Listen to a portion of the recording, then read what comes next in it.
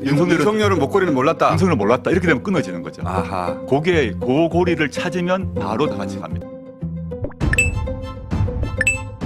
이재명 대통령의 긴급 지시가 대박입니다. 이재명 대통령은 18일 국무회의에서 언론의 고의적 왜곡 및 허위 정보는 책임을 물어야 한다고 지적했습니다. 이 대통령은 이날 오전 용산 대통령실에서 주재한 제37회 국무회의에서 언론이 정부를 감시 견제하는 역할도 중요하지만 고의적 왜곡 및 허위 정보는 신속하게 수정해야 하며 그에 따른 책임을 묻는 게 마땅하다고 말했다고 강유정 대통령실 대변인이 브리핑을 통해 전했습니다. 이어 이 대통령은 정부 부처의 홍보 실적 평가 기준을 재점검해야 한다며 각 부처의 자체 홍보 수단 및 운영 실태를 파악해 보고해 달라고 지시했습니다. 이어 정부 정책을 국민께 정확하게 설명하고 정책 효과를 체감할 수 있게 하는 게 중요하다며 공급자의 편의보다 수용자인 국민의 입장에서 끊임없이 고민해 더 나은 대안을 마련해 달라고 당부했습니다. 네, 좋습니다. 언론 개혁으로 끝이 아닙니다. 정부 광고가 아주 큰데 밥줄을 잘라내 조선일보 같은 적폐 언론을 제대로 손을 봐주려는 것 같습니다. 특히 지지율만 봐도 그렇습니다. 늘 국힘 전대나 경선이면 ARS 중심으로 엄청나게 튀는 걸 봤는데도 그걸 보도하는 언론이 하나도 없습니다. 제가 장담하는데 9월 초 여조부터 정상으로 돌아가고 8월 말까지는 계속 이렇게 갈 겁니다. 관련해 언론들이 현재 숨기고 있는 부분 우리나라 최고 형법 학자였던 분의 분석 보시고 이어가 보겠습니다.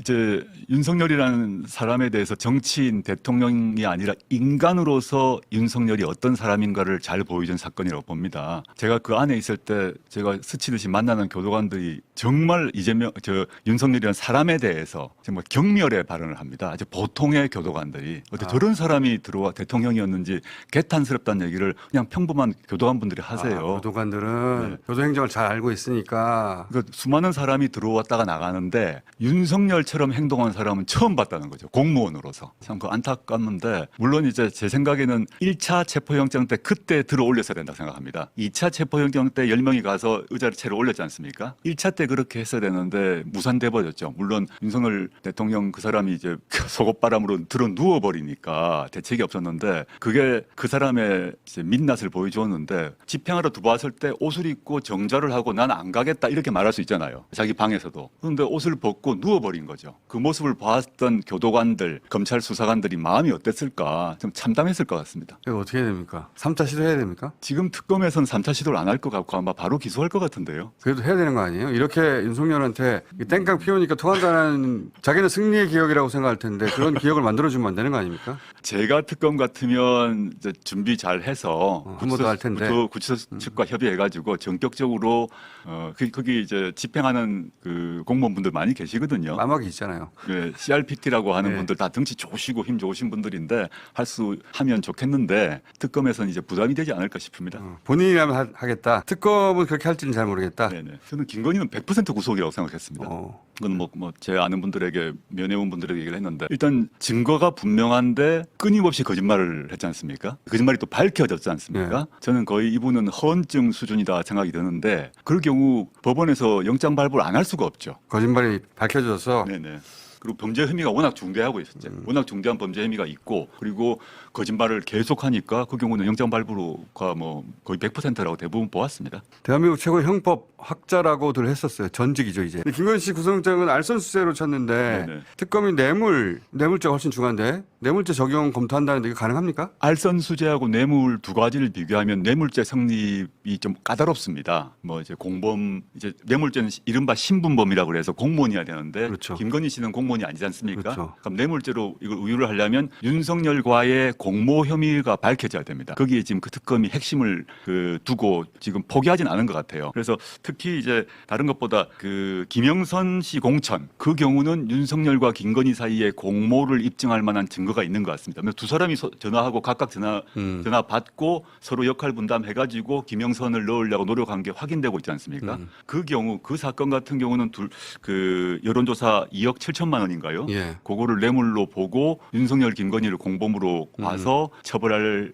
방향으로 가는 것 같고, 그거 말고 목걸이도 초고가 목걸이 같은 경우는 알선 수재는 분명히 되는 거고요. 그런데 윤석열이 김건희가 그 초고가 목걸이를 받는 것과 관련해서 미리 사전에 논의하고 받았냐는 확인이 안 되지 않습니까? 그건 아마 자를 가능성이 많고, 만약에 그 증거나 뭐 육성 녹음이나 또는 증인이 나오면 그것도 같이 갈 수 있죠. 근데 지금까지는 아직 안 나온 것 같습니다. 근데 이건 어떻습니까? 그러면 그 서희건설 회장 자수서에 자기가 김건희를 만났을 때 인사청탁을 했다고 했거든요. 네네. 사위에. 근데 실제 사위는 그 총리 비서실장이 됐잖아요. 그러니까 인사청탁을 부인한테 했는데 인사권자인 남편이 인사를 해버렸지 않습니까? 그렇죠. 네. 그러면 그게 입증되는 거 아닌가요, 혹시?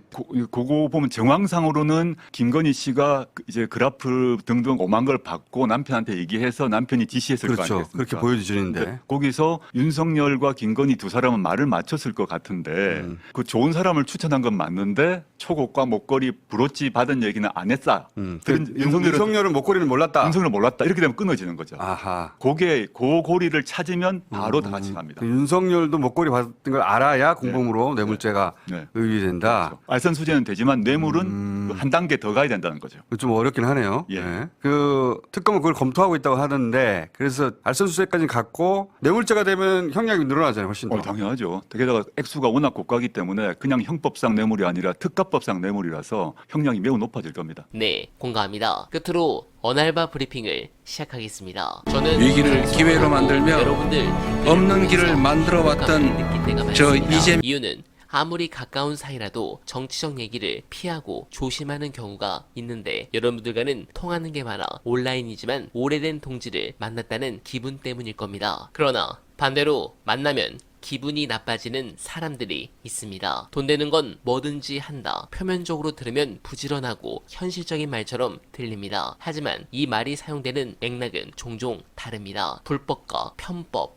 그리고 권력을 동원해 내 사익을 극대화하겠다는 그릇된 신념의 포장일 뿐입니다. 사기치는 것도 능력이다. 이 말 또한 다르지 않습니다. 그렇게 되면 정의로운 세상은 불편해지고 공정한 세상은 걸림돌이 되며 동일한 기회 부여는 오히려 피해라고 생각하게 됩니다. 그래서 그들은 비슷한 사람끼리 모입니다. 돈 되는 건 뭐든지 하겠다며 불법과 탈세의 방법을 공유하고 편법을 정보라고 부르며 유통합니다. 하지만 저는 이런 생각이 듭니다. 정당한 방식으로는 성과를 내기 어렵기에 그 허점을 기회로 삼는 것 아니겠습니까? 더욱 아이러니한 것은 그렇게 해서 큰 부를 얻었느냐 하면 그렇지도 않다는 사실입니다. 결국 남는 것은 능력 없는 자들의 자기 합리화 그리고 공정한 사회를 해치는 작은 카르텔 뿐입니다. 그리고 그들이 투표한 정치 세력이 자신들을 더 힘들게 한다는 것을 오로지 그들만 알지 못하는 것 같습니다. 그들의 이름은 바로 이직입니다. 오늘의 언알바 브리핑이었습니다.